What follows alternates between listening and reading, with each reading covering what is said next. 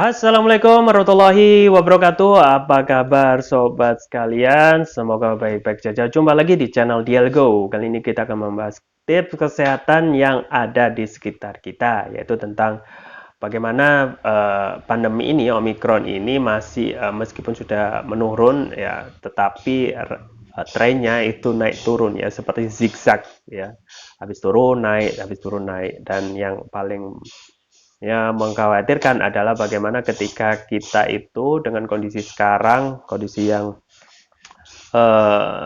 berat ya, ekonomi yang berat, kemudian biaya kesehatan yang tinggi ya, ya kemudian tentu saja dengan gampang sekali kita itu terserang ya, banyak sekali penyakit itu datang ya. Kita berharap tentu saja musim hujan ya, musim hujan yang begitu intensitasnya deras itu dan berlangsung tiap hari itu, kita harus bisa menjaga kesehatan.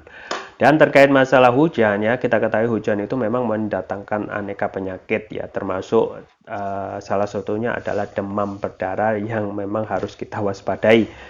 DBD itu harus diwaspadai, dan ini terkait dengan pandemi COVID-19 yang melahirkan varian baru yaitu Omikron ya. Kalau kita ketahui Omikron itu memang penularannya begitu cepat ya, berkali-kali lipat dari versi atau varian Delta, tetapi secara alamiah virus itu memang tidak berbahaya. Tetapi sobat sekalian, kalau kita biarkan saja, tentu saja itu akan menurunkan kewaspadaan kita untuk menurunkan prokes. Nah, itu yang harus jadi fokus ya. Jangan sampai adanya ketidakwaspadaan kita itu menurunkan kita untuk menjaga kesehatan. Tetapi sobat sekalian ya, eh, yang paling yang paling bisa kita ambil pelajaran adalah ketika hujan itu datang ya, penyakit yang paling dominan itu ataupun yang paling sering dialami itu adalah DBD ya. DBD itu memang penyakit yang sangat yang sangat parah ya, kalau seseorang itu terjangkiti dan bisa menyebabkan kematian ya, sama seperti Omikron ya. Omikron itu kalau sebenarnya biasa saja, tapi kalau seseorang itu mempunyai komorbid dan komorbidnya parah itu bisa sampai berujung pada kematian ya. Pusat Pengendalian dan Pencegahan Penyakit dari Amerika Serikat itu menyebut baik DBD maupun COVID termasuk varian Omikron sama-sama bisa mendatangkan gejala berat sampai kematian ya.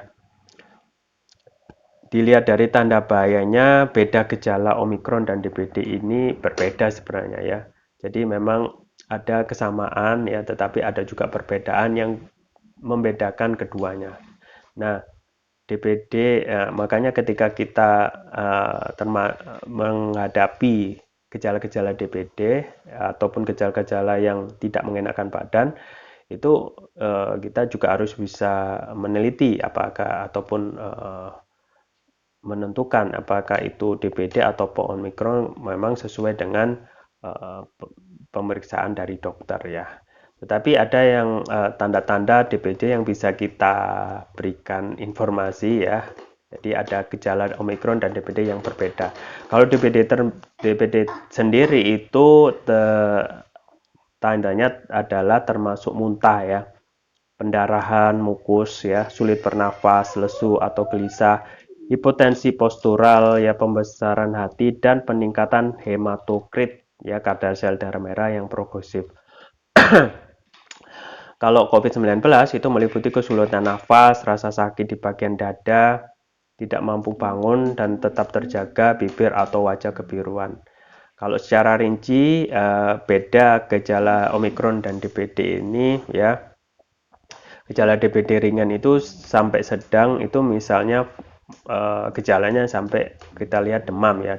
Dalam fase demam itu ada perasaan demam ya, kemudian sakit kepala dengan sakit mata, kemudian mual dan muntah, ruam, dan leukopenia ya, atau jumlah sel darah putih itu rendah. Nah, itu memang harus diperiksakan kepada dokter terkait gejala-gejala yang nampak di tubuh kita ya. Kalau COVID ringan sampai sedang itu termasuk karena Omikron itu gejalanya antara lain batuk ya, batuk, sakit tenggorokan, ya, pilek, demam, sakit kepala, nyeri otot, anosmia, kelelahan, sesak napas, mual atau muntah, diare ya. Nah, tetapi ada juga ya sobat sekalian gejala DBD itu yang berat ya. Dan juga nanti ada gejala COVID yang berat ya. Tadi yang ringan ya. Yang berat ini yang patut diwaspadai ya. Kalau gejala DBD berat itu misalnya kebocoran plasma yang mengakibatkan shock ya. Kemudian akumulasi cairan dengan gangguan pernapasan, pendarahan hebat dengan trombositopenia ya, atau penurunan jumlah platelet darah di bawah batas minimal. Kemudian gangguan organ parah seperti penyakit hati dengan peningkatan transaminase atau enzim pada hati, atau meningoencephalitis, infeksi pada selaput dan jaringan otak dengan gangguan kesadaran ya. Dan yang terakhir adalah gangguan jantung, yaitu gejala kalau kita mengalami gejala DBD berat ya. Kalau yang COVID berat ya ada juga ya, termasuk yang berikut adalah sesak nafas, yaitu salah satu yang gejala COVID berat ya, sesak nafas, dan kemudian hipoksia, kondisi sel dan jaringan tubuh kekurangan oksigen, gagal nafas, shock, dan disfungsi sistem multi organ ya sobat sekalian. Jadi memang harus kita waspadai ketika kita itu sudah mengalami gejala-gejala seperti itu, harus segera mungkin melakukan tindakan ya.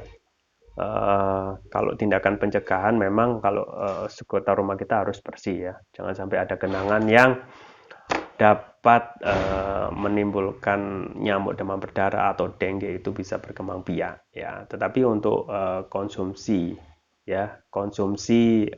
produk kesehatan untuk mencegah DBD itu ada ya. Dan yang saya rekomendasikan adalah mengkonsumsi propolis ya.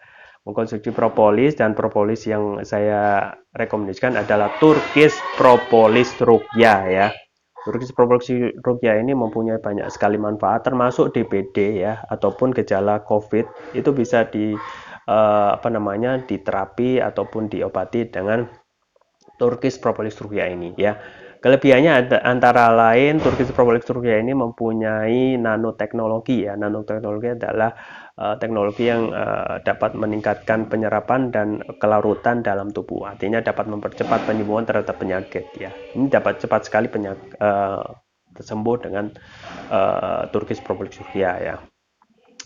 Dan itu banyak sekali juga testimoni dari para konsumen ya, pelanggan itu yang mengatakan bahwasanya ada ketika mereka sudah mengkonsumsi ini terjadi perubahan yang sangat cepat atau signifikan ya. Dan itu salah satunya adalah adanya nanoteknologi.